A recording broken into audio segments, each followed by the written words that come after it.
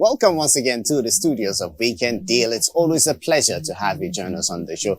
Yesterday, our conversation centered on the race for 2023, and I know it's something that many Nigerians are very much alive to. Yes, a season of declaration and purposeful leadership dominated our conversation yesterday, and today we're going to continue in that direction. Yes, we had shades of opinion about how to get it right come 2023. Today, we're going to have journals much later on the show, some guests that will add different perspective, different dimension to the discourse about getting it right when it comes to electing those who will represent and lead us in the nearest future. Right now, let's take this background report to set the pace for the conversation in the studio today. And this is put together by the usual suspect, Francis Obey. It is another season of political declarations in Nigeria. While some have declared their intentions to run for various positions, others are still consulting. However, what should Nigerians look out for in electing their leaders? This is 2022, which is the eve of an election. So it is expected you see this gale of declaration, aspirations, permutation, and consultations. So it's normal in a representative democracy like ours. But in the midst of all these declarations, it is expected that Nigerians should watch out for 3 to 4 things. First, they should look out for credible persons. They should not always depend solely on political parties to bring out credible candidates for them. And secondly, they should hold people accountable, and they should look at antecedents and as well as past accomplishments. It's not everyone that declares that will eventually contest. People could just declare because of some primordial interests. People could declare simply because they want to send a message. The essence of democracy and governance is to bring development to the people. Unfortunately, this is not the case in most developing countries, including Nigeria. Why do people go into politics? People come out in sinner climes to contest or to vie for positions simply because they want to bring change to their community. They want to bring change to their country. But unfortunately, in Nigeria today, people go into politics solely for personal reasons. People go into politics because they see politics as an avenue to make money. In fact, Nigerian politicians will tell you point blank that politics is investment. And as whether we like it or not, the highest venture that gives you quick return in investment is politics. In fact, no venture at the moment gives money like politics. Now, even if you look at the lawmakers, we are being told, although they tend to deny that, Nigerian lawmakers rank among the highest paid in the whole world. So you can imagine the level at which people will go to any length. They will go to any length to see that they get to various offices, not because they have the passion, not because they are passionate about the country, not because they are being patriotic. No, it's simply because of personal aggrandizement. They just want to go to politics to enrich themselves. The conflict arising from godfatherism has become one of the greatest problems facing the Nigerian political system. The holder of the political position becomes a stooge to his godfather because he that pays the piper dictates the tune. People will boastfully tell you that they are kingmakers. They are godfathers. So people don't really, and that is one of the major issues that is fundamentally wrong with our kind of democracy. The concept of democracy is people to allow people to choose who they want to represent them at various levels. People go into politics simply because someone anoints them to go to a particular and vie for a particular position. And that negates the principle of democracy itself. You are supposed to, if you feel you are capable, you have something, you go out, join a political party, sell your manifestos as an individual, and the party should sell its own manifesto to the people too. And once people are aligned with those manifestos, then you allow people to vote. But in Nigeria, unfortunately, that is not the case. A certain individual, because he's a money bag, he will sit down in the comfort of his own office and allocate positions to different individuals. And it's not because he's passionate about the country. No, he's putting in individuals so that they will bring investment back to him and they will protect whatever investment he must have gathered. Nobody at this moment, I tell you this, that rises to power without the influence of a certain godfather. Almost every time observers attempt to study Nigeria's politics, they are met with an embarrassing political system divided along ethnic and religious lines without specific ideologies. If you go to Britain, you have the Labour Party, which has been there for over 200 years. You have the Liberals, you have the Conservatives. These are parties that they don't go out of their statutory ideologies. They abide by it, and whoever emerges as their own candidate will have to toe the line how to abide by those ideologies. But what we see is in fact, it's quite different from what is obtainable in the democracy we proclaim or we profess. So it's quite different. So Nigerian political parties do not have zero ideologies. The parties are supposed to be the engine room for development based on their own ideology. Sometimes they might try and come up with a well thought out ideologies. But when it comes to implementation, it becomes a problem. The individual will do what he likes. And that brings us back to your own question of godfatherism, because someone must have put him there. And he will go by the dictates of that particular person that puts him there. So he completely drops whatever ideology they must have sold to you before election period. This is an interesting season as the race for 2023 election gets closer. Weekend Deal today is captioned Season of Declarations and Purposeful Leadership in Nigeria.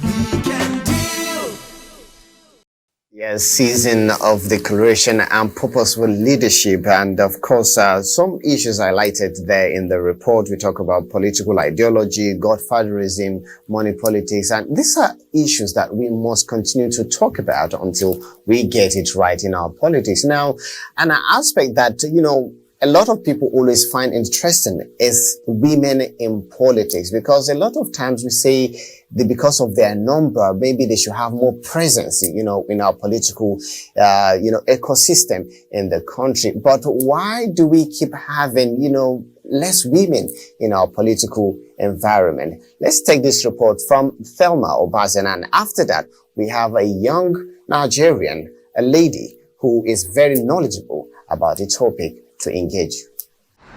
Some factors limit women from taking part actively in partisan politics in Nigeria, like finance, a lack of education, discrimination, cultural or religious norms, amongst other factors. Some even add that female candidates are sometimes subjected to gender-related violence and hate speech. Hajia Zainab Abubakar Ibrahim is a grassroots politician. She's of the opinion that there are two vibrant qualities women must possess: unrelenting commitment and consistency. Politics is the only means of participating in governance in a democratic setting. So you have to participate in politics in order to be part of what happens in your country. If you go to some places now to say, I want to provide boreholes, schools, hospitals, they might not listen to you in as much as if you take just some few bundles of money to share. You will see the rush. People have made it like an obligation for politicians to always take care of their problems. And so that is what makes politics expensive. There has been more talk about involving more women in politics in Nigeria. Why is their representation important? When you relate with your people, being somebody who sees politics as service, your people will love you forever. You don't just join politics because you want to contest. No. You wait the ground. Always visit home. Always always do empowerment programs. Help drop out students. Pay for WAEC. Pay for JAM for for secondary school children. Such activities attract your constituents to you. And so whenever you want to present yourself to contest for any position, you find it easy and stand your ground. Affirmative action promotes diversity and increases opportunities for a disadvantaged group. It can also decrease potential for conflict. I want to have more women who have already shown interest in politics to go back to school, because that is where the men floor us more. Women must make deliberate efforts, yes, to participate actively in politics, because we are in a democratic dispensation, and the only means by which you get into governance is elections. Because even if the 35% affirmative is approved, if you don't have women to contest, it will go back to the men. Some countries like Rwanda and South Africa have used quota system to pave the way for women representation in politics. What must we do in Nigeria if we really want the change that we'll talk about? Power is never given on a platter of gold. I am calling on our women to brace up, to be focused. You can start this journey, the journey for 20 years today. Be actively involved in political activities. And then, as I always tell my women, register in your ward. When it comes to elections, be active, because your voter's card is your power. Make sure that they vote credible people into various offices. In as much as godfatherism is the order of the day, there are exceptional cases, especially if you're grounded. If women can support each other and vote for each other and believe in themselves, perhaps the change many clamor for will become visible in the coming years. Well, an interesting one there, and trust me, your messages are just, coming in, but we'll take some of them in the course of this program. And let's just introduce our first guest to you right now. She's a very young Nigerian, a politician, somebody who understands what it means to lead in Nigerian society. And she's recently emerged as the APC Zonal Women Leader, North Central, in the person of Princess Zara Mona Audu. You're welcome to our studios. Good morning. Thank you for having me. Good morning, Abuja. Good morning, Nigeria. And congratulations once again. Thank you very, very much. Yeah, you were, as a result of your emergence as the APC Zonal Women Leader, as a result of consensus, right? Not for me, actually. I think, yes, a lot of people on the list were consensus candidates, candidates who came through Godfather, etc. But, we did have a movement prior to my emergence, the Progressive Youth Movement. Yeah. And what we were clamoring for was for young people to put themselves forward. So in that bid, I also thought to myself, lead by example. As the chairperson of the group, I decided to put myself forward for a position. And honestly, when I bought the nomination form, I simply thought, let me just participate, because majority of my lobbying, which I lobbied a lot of governors, a lot of leaders, was for other aspirants to emerge. I didn't take mine as seriously, but, to God be the glory. When the final screened list came out, I found that for the position I was running for, I was running unopposed. So, I think my story is, by the grace of God. Okay. Sarah, you will agree with me that this is a season of declaration. Yes, a lot of people are coming out, and more are still making consultations to, make up their minds about coming out to vie for the number one position. And of course, we have the governors, senators, and everybody's just, declaring their intention to run come 2023. Now, it's the usual thing. I would do this, I would do that, campaign promises, but you are proposing a new dimension from the electorate. Talk to us further about it. Okay, so I'll give you an example. For me, right, I expect that how when the aspirants come to you, you should make demands of them. A few days ago, I think 2 days ago, one of the presidential aspirants on my political platform, His Excellency Asiwaju Bola Ahmed Tinubu, called the entire youth wing to come and pay him a courtesy visit. And I happened to be we had a mini election after our election, and I was also chosen to be the leader of the zonal women leaders, basically. So I was sort of the spokesperson there. And as different from normal, I simply made our demands. If you do emerge, or if you want our votes, this is what the women want. We want to have more ministers. We want to know that we're going to have a president who will care about the interests of the women, of the Nigerian women, who will carry us along. We want to be partners, even if we are junior partners. This is on record. This is on video. We said this to him. We want to be partners. So it doesn't matter what they are saying to you. Take every single opportunity to meet every single aspirant. You know why? Say to them what you want from them. Let it be on record. You know, with politics, right, some things will be fulfilled, some will not be. But it is better that you have some form of a social contract with them. So it's not even that you never even attempted to. We need to try and do it a little bit different. We need to demand the change we want from our leaders. We don't need to sit down and just, go and just listen to what they say, sing songs, clap kumbaya and go home. No, it's part of it. Politics is interesting because it's entertaining. You sing, you dance, etc. But at the same time, you need to face the business of the day, which is, what do we want from you? How do we make Nigeria better? And these are the conversations we need to have. For me, first and foremost, we need to have a lot more women within the political space. And we don't want leaders that are coming to just offer us junior ministerial slots. No, we want substantial ministerial slots too for our women. We want more youth involved in politics. That has always been my topic, to be honest with you, because I believe, I'll get back to something. If you notice, right, within the APC, we have a lot more young people and they are doing so much better than ever.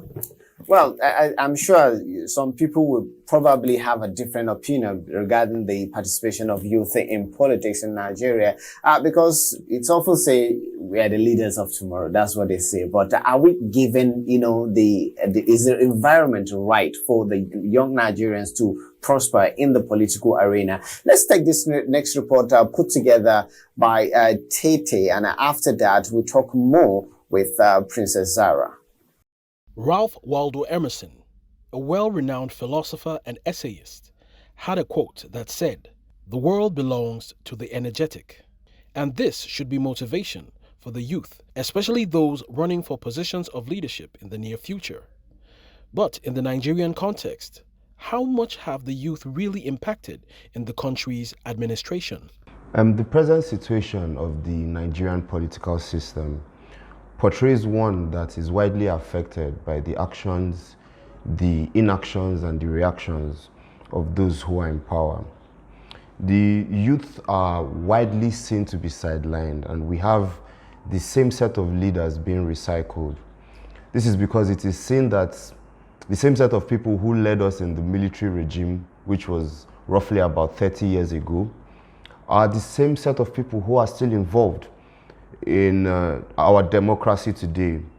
So you see that is a cycle of the same set of people. So you see the wide notion that the youth are the leaders of tomorrow is an aphorism that contradicts the present realities, because the gerontocrats have made political participation of the youth almost impossible. They have done this by making and implementing policies that have made it very difficult for you to participate. If you take a survey of the current participation, or the current amount of people that are participating in politics today, you would see that about 80% of them are over 40, 50 years old. So where do the youth come in? One major factor that has been pointed out is the fact that a lot of policies that have been issued do not accommodate the youth. A good example is the high cost of running for a political position, despite the passing of the Not Too Young to Run bill. As regards the passage of the Not Too Young to Run bill, the idea of passing the bill, perfect. Kudos to the Muhammadu Buhari-led administration. But the little issue arises as with the execution of the bill. Now, how do you execute a not too young to run bill where all the people who are eligible to run cannot afford the price that political parties have set for nomination forms or have set for express of interest and all of that? So on the side of, should I put it as the government, I feel like more realistic approaches to encourage the youth in participating in politics should be taken into consideration.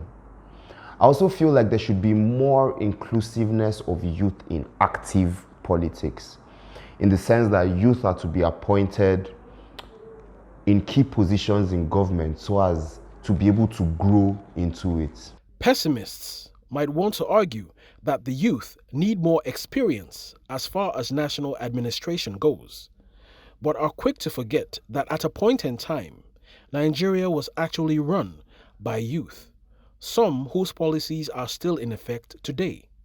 On the side of we, the youth, we are not to sit down and wait for the government. We are to stand up and take responsibility for ourselves. Nobody can run election with an empty pocket. So first of all, we should not be lazy Nigerian youth. We are to first get up and look for things to do to empower ourselves. When we are able to empower ourselves at first, we'll be able to empower the people around us. Once we can empower the people around us, we can make an impact in our community. From our community to our local government, to our states, and then our wings spread like that. So the onus lies on both the government and both us as the youth to come together and synergize in achieving this common goal. One thing is for sure, Nigerian youth not only make up the highest percentage of the national population, but also are known worldwide as being innovative, intelligent, and resilient, and in due time will bring the much-needed change that the nation longs for. The much needed change. Trust me, you have. Let me start with this message. This one says, "Good morning. What Nigerians need now is a youth or a young person between the age of 40 and 60. And okay, I think the Southeast, to be fair, should produce the next president, and the remuneration to political office holders should be scaled down, and people should think of going to serve selflessly." This is coming from Peter O. from Edo State. Now, we often talk about the need for youth participation in politics, and then the political parties will tell you that they are accommodating, they want the younger Nigerians to come and participate and take very sensitive positions in the party, and of course the general elections as well. But how can this happen when the nomination form is not within their reach? You're talking about 100 million, you're talking about 40 million. How can a young Nigerian, afford this huge amount of money to run? Okay, first and foremost, right, I'll be honest with you, politics anywhere in the world is expensive. I'll also narrow it down to the APC, right? Within the APC, our brand new youth leader, Dayo Israel, has done a fantastic job in getting a 50% reduction for all young people under the age of 40. So this is amazing. So which means that if you run on the APC, you get, more or less half price, as opposed to having to pay full price. Anything can happen, but we have to be realistic that there are parties that have structures and there are parties that really do not, because they just have the ideology behind, okay, we want to make change, but it's not going to happen without the structure. It's good that you mention ideology, because for some young Nigerians, and not just young, for a lot of people, Nigerians have come to believe that, people are going into politics because they want to invest so that they can, have return on their investment. And that is to say, politics is their main business.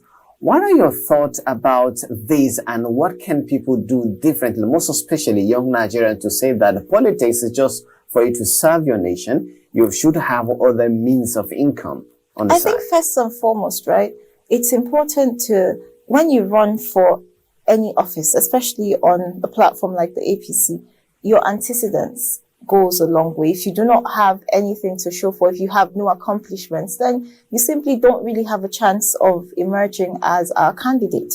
Do you understand? So majority of the candidates on our platform are serious-minded people who also have side businesses. I'll give you an example. One of the things that I do on the side is we make electric cars. We just brought in, as young people, we need to continue to be innovative. We need to continue to use our brain. So we just brought in, we've been having this issue with fuel scarcity, the environment, pollution, and we haven't been conscious of improving this in Nigeria. So we just brought in our first fleet of electric vehicles. So we have the one that looks like a Mini, which is called the Adoja, which is actually named after a Kogi title.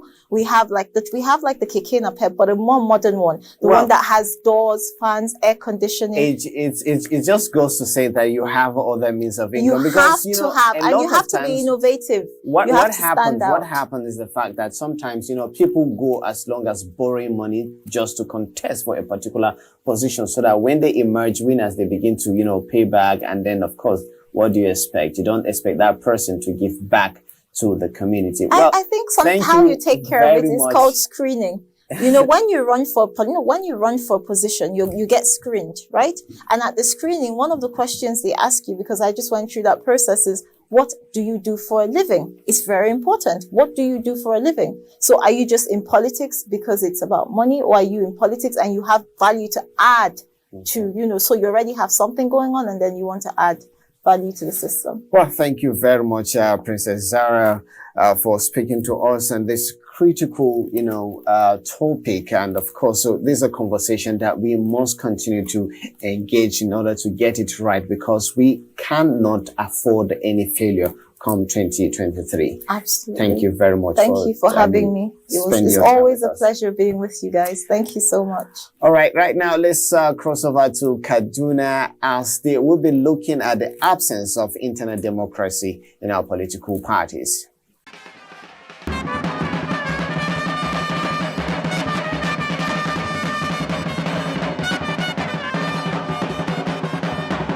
The 2023 elections is around the corner, with several political aspirants cut across party lines coming out to declare for various positions. In some cases, more than 15 aspirants belonging to the same parties, all aspiring for the same position. This is a clear evidence of lack of internal democracy in political party structure in Nigeria. You have godfathers and political pillars who now uses their vantage position. They will not allow a free and fair playing ground. Generally, the political parties we have in Nigeria do not have internal democratic principle. It seems like the political parties are dictatorial. You understand? Because they tailor the rules just to suit maybe some particular kind of people or candidates that are going to contest in those elections. We are not looking at the quality of those who are coming to lead. It is now an issue of quantity, which is bad. For instance, everybody wants to be president in 2023. Everybody wants to be governor of in the same political party. And I think that in a sensible country where we have party democracy and cohesion, the parties will be able to choose one credible candidate and say, this is the person we want to sponsor as our candidate. It's only when you have a credible and transparent internal democracy that capable and competent leaders can emerge. What should electorates put into consideration in order to change the narrative? Advice I would give to people is that you cannot earn any respect in the eye of any politician unless you stood by what is just and true. This politics of bread and butter will take us nowhere. When politician oppresses you, when politicians deny you your right, when politicians disconnected themselves from you. When election comes, it's an opportunity for you to pay him or pay her back. My advice to people is don't vote across party lines. Vote across people that you know are capable of bringing you the results and dividends of democracy. My sincere advice to the electorate is, please, for your own sake, for your own survival, for the survival of your children, don't allow yourselves to be purchasable merchandise. The time for change is here. Electorates should play a positive role in creating a positive narrative for Nigeria. As we pray for a free, fair and credible 2023 elections, Nigerians, especially the youths, are advised to shun violence.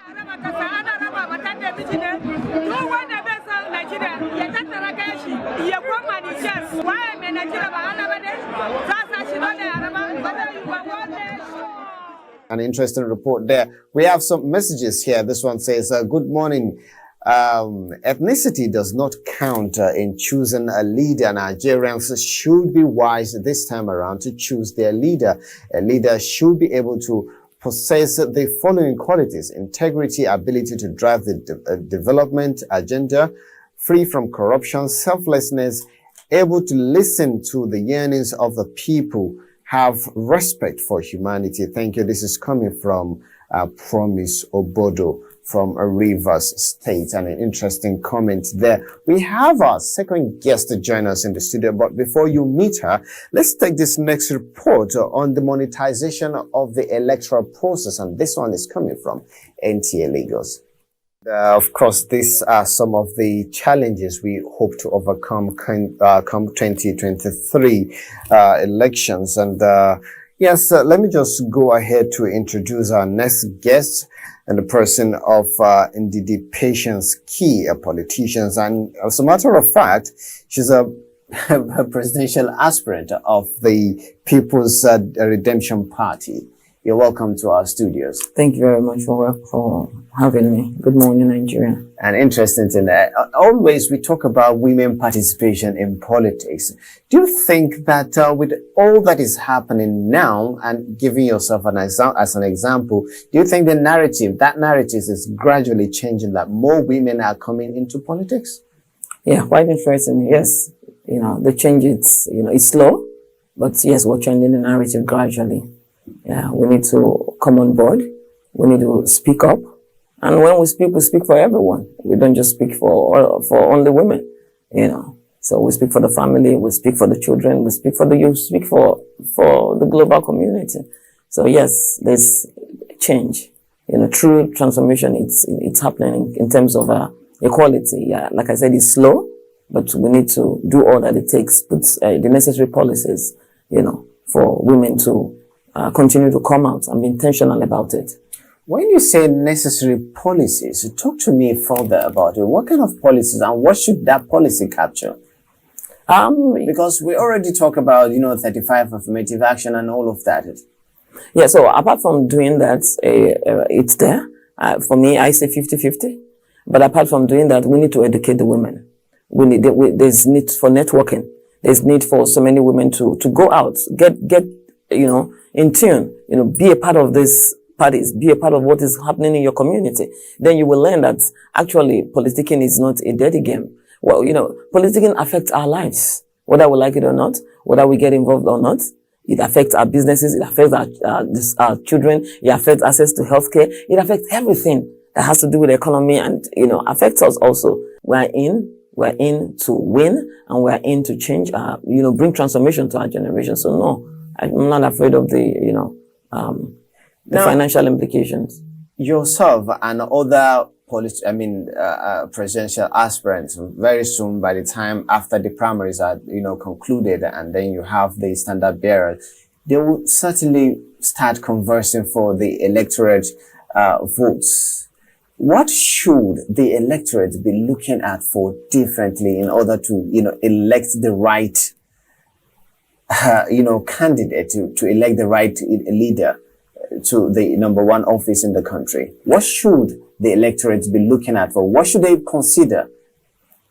Yeah, the electorate over the years, since we entered a democratic rule, I think we should have learned a lot of lessons from different promises. A lot of things have been promised by different leaders, and the needs have not been met. The needs of the Nigerian people. Our economy, it's not going forward. We're not where we need to be. So for the electorate should be looking for visionary leaders, people with empathy. It's not how educated you are right now. Education is good. We need a leader to have some level of education, to be able to, mastermind things. We need competence. And the competence and the experience for Nigerians, the way I would term it is, some people see competence and the experience as in, so because you were a governor, then you can be a president. Or because you've been in politics for 20 years, 40 years, then it's time for you to, take a position. No. Competence is that you've been able to do something and it worked. It is tangible. You must have a track record. You must have a track record of responsibility you've carried.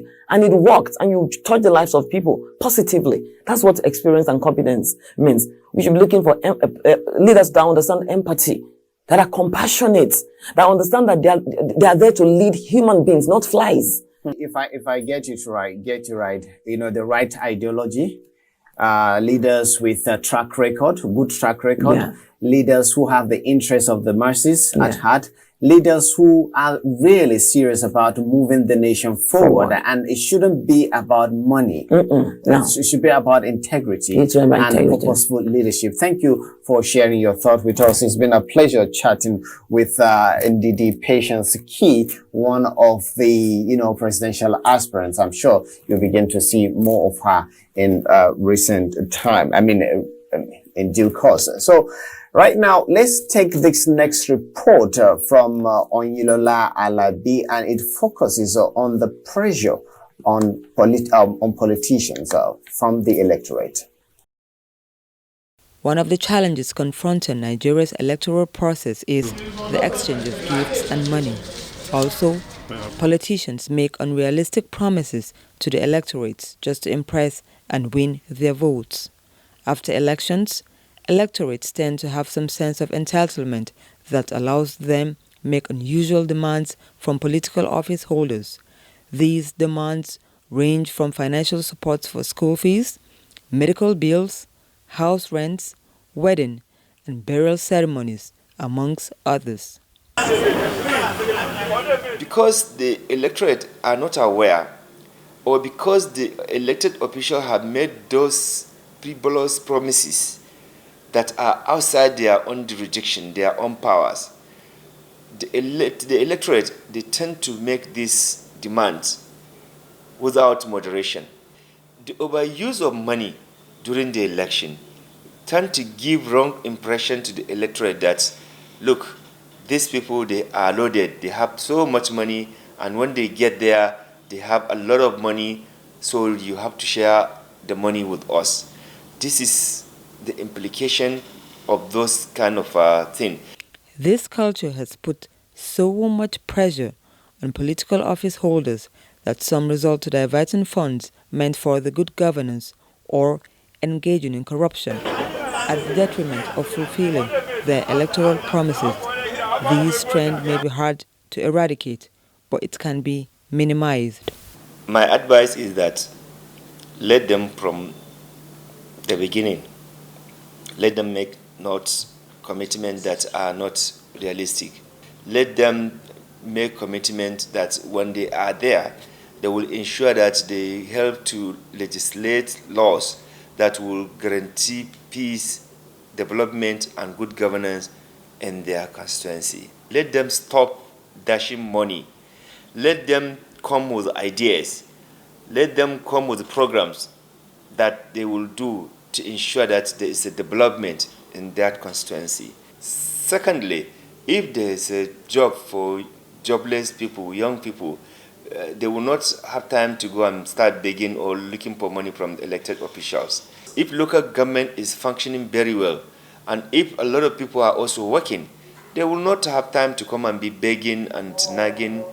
If the members during the campaign stop use of money, but come with ideas and programs that can help provide good governance in the constituency, people will not be having that mindset that, oh, when you get there, we will continue to collect money from you.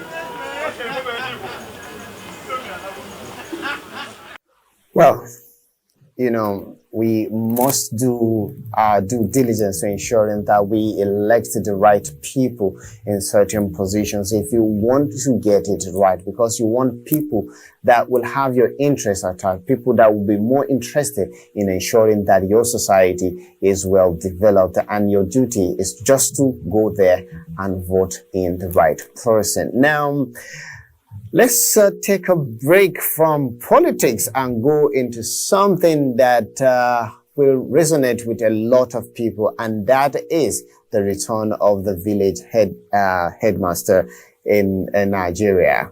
And on Nigerian Television Authority, there's been a lot of talk about, this resuscitation, but finally, today will be the premiere, rather the first viewing of the first episode, come 8 p.m. today. But right now, let's take this report from Ayuba Tete looking at the village headmaster in retrospect. The Village Headmaster originally started as a radio drama series before transitioning to become Nigeria's longest-running television soap opera, showing on the NTA continuously from 1968 to 1988. Well, I hope that you have not accepted. Oh, look, Mr. Ali, don't accept the offer. Do not accept the offer. The popularity and influence of the Village Headmaster cannot be denied, as it not only served as a social commentary for everyday issues and government policies in a light-hearted manner, it was responsible for popular references that are used till this day. For instance, Amebo to refer to rumor-mongers, and Gorimapa to refer to men who are follically challenged. Mr. Garma, well, let me be the first to congratulate you, sir. Congratulate me for what?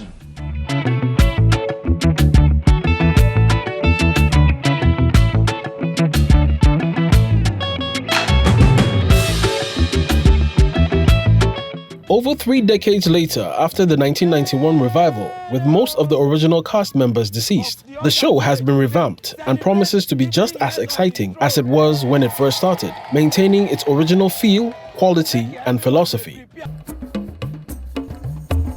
Bada Mosi.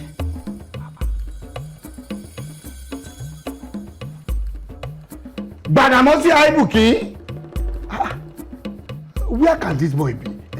Missing on his duty post. On a day like this. Bada Mosi. The show features some of the founding cast members, notably Kabiesi, Dejimo Lewis, Ibidun, Allison, aka Amebo, Dan Imodu, Dagbolu, Dele Osawe, Teacher Fadile, to mention a few.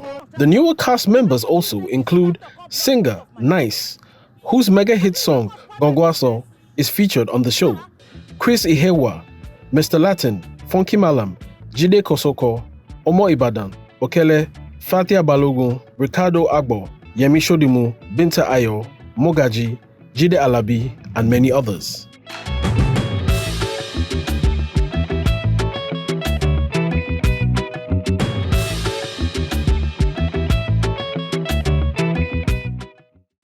Well, snippet of what you're likely to see later. Well, right, we have some guests sitting in the Lagos Network studio. We have the director there and 2 members of the cast, but we'll engage them after we must have taken this interview I had during the week with the Executive Director of Programme, Mr. Wale Koka. In that interview, he talked to us about the vision, the idea behind this rebirth of the village headmaster. Let's take that interview.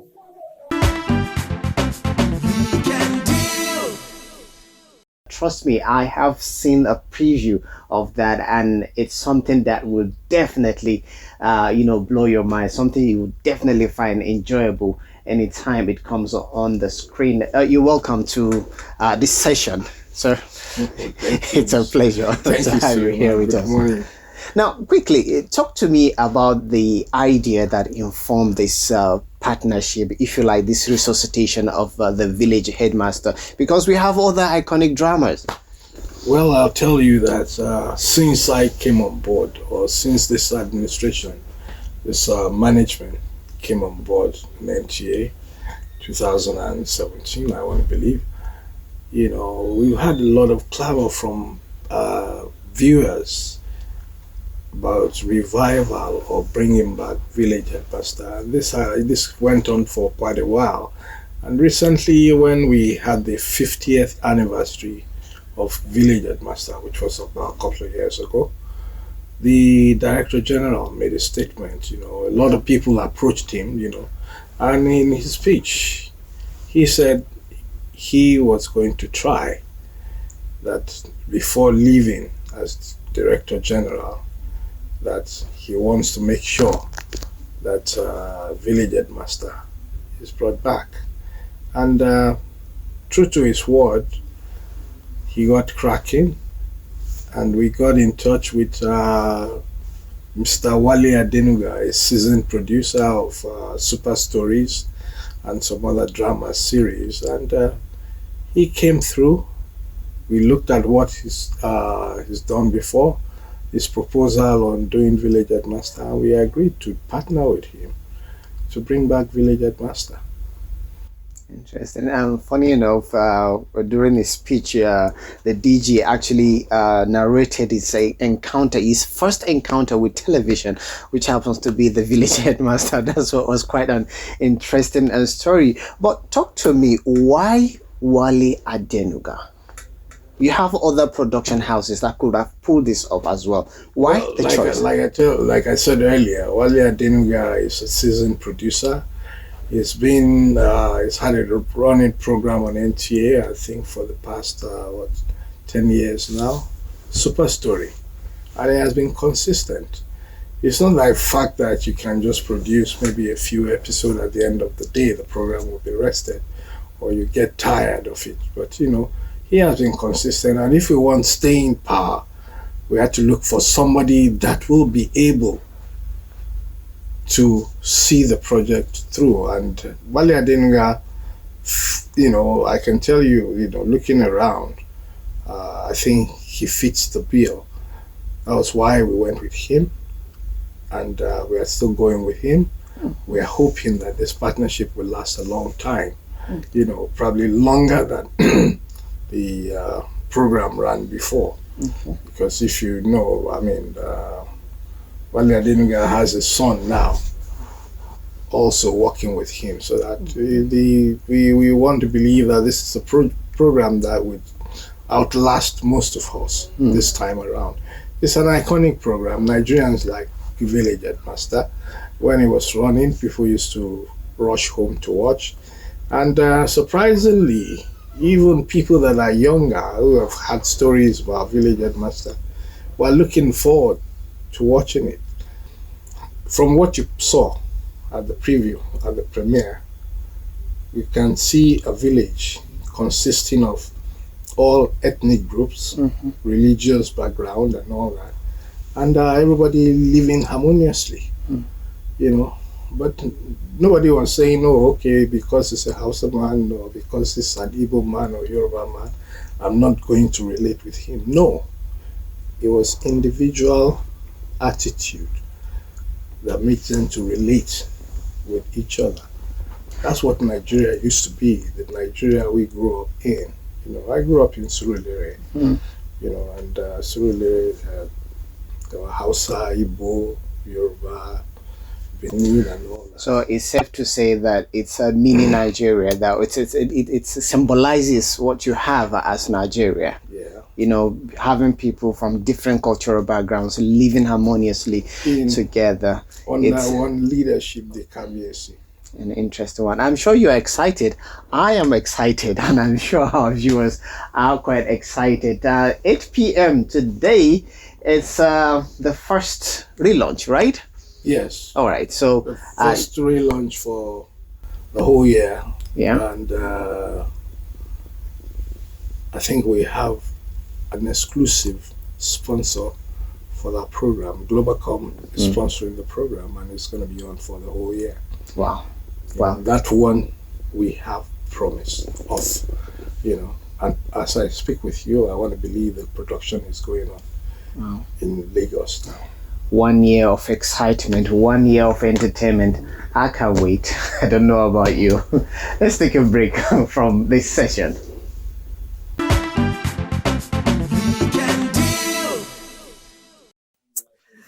All right, we're taking a break back to the studio. Now, an interesting conversation with the Executive Director of Programs, Wale Koka there. Said some exciting and indeed interesting things there because for one stretch year, one good year, we are going to enjoy ceaseless entertainment of Village Headmaster. But we also have other guests in our Lagos Network studio. There we have the producer and 2 members of the cast crew. Now, let's start with the introduction of Wale Adenuga Jr. Of course, that's Wale Adenuga Jr. He's the producer and director. Sitting close to him, we have Dele Osawe. He plays the role of Fadele.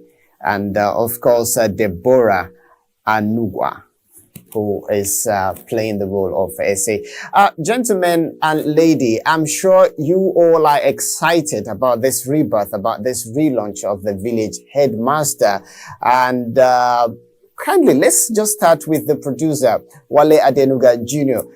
Talk to me about the thought process of this resuscitation of the Village Headmaster. How exciting was it, and what were the challenges encountered during the production? Yes, it was quite tasking, but it was something that had to be done because the program, like we all know, is an iconic program and has a lot of values, lessons to learn, culture, everything in it. So it just had to be done. It's just like Mr. Wale Koka said, it's a legacy that has to outlive all of us. So yeah, I'll just keep saying it just had to be done. Turn attention to the lady in the house, that is Deborah Anugwa. You talk to me about your role and how exciting was it for you? Was it quite challenging? How were you able to interpret the role as you tell us more about who the character is? Essay is Ogene's daughter. Ogene was a teacher in Oja, so she is a teacher just like her father. She's passionate about teaching, and that's her way of contributing to Oja community by instilling moral values in students. So the character is an interesting character. I'm trying not to give away too much, but a lot will unfold in the course of the series. And then Dele, I am very sure a lot of people are excited about your role. The preview we saw on Friday, it was quite an interesting, character. But talk to us a bit about it and what really excites you about this relaunch, really. I have to thank NTA for picking up the courage to bring this program back. It's a great achievement and they should be applauded. The role of Teacher Fadele, anyway, Teacher Fadele is now a retired teacher, but still has interest in the school, and at times he goes to the school to help them. But he's now an elder statesman in the village, and that is Fadele. I won't be able to give out the whole thing, but I will give you a kind of challenge.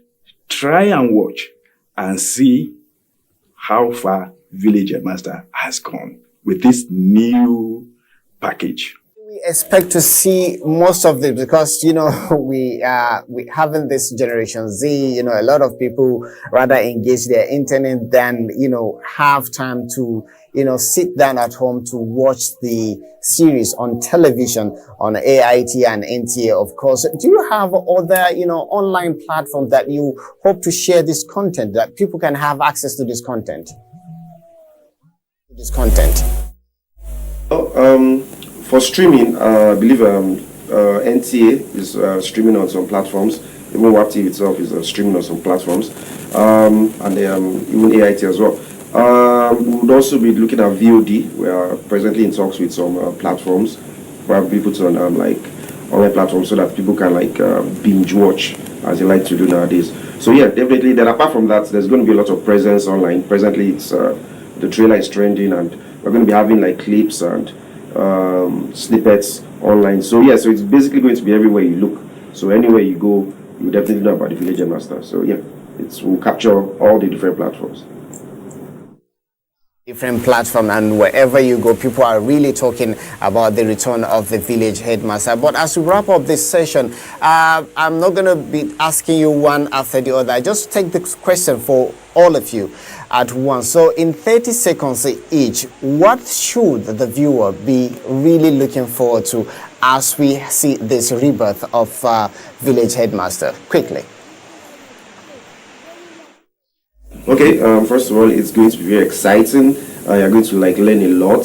Just like you said earlier, people are going to learn more about their culture, where they're coming from, and it's fun. It's going to be fun. You haven't seen anything, trust me. The trailer is just a little bit of what you're about to expect. Thank you.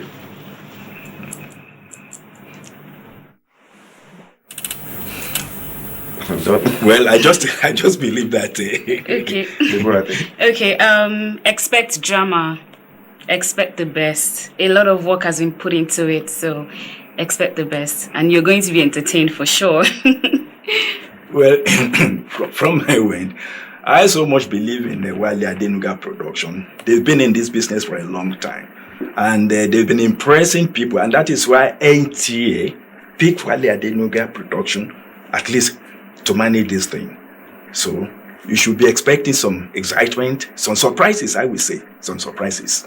Thank you, gentlemen and ladies. Excitement, the entertainment, education, information, a lot of things, put together. And trust me, I don't think there's better partnership when you have NTA, Wale Adenuga Production, and the Global come together to make this wonderful piece of art.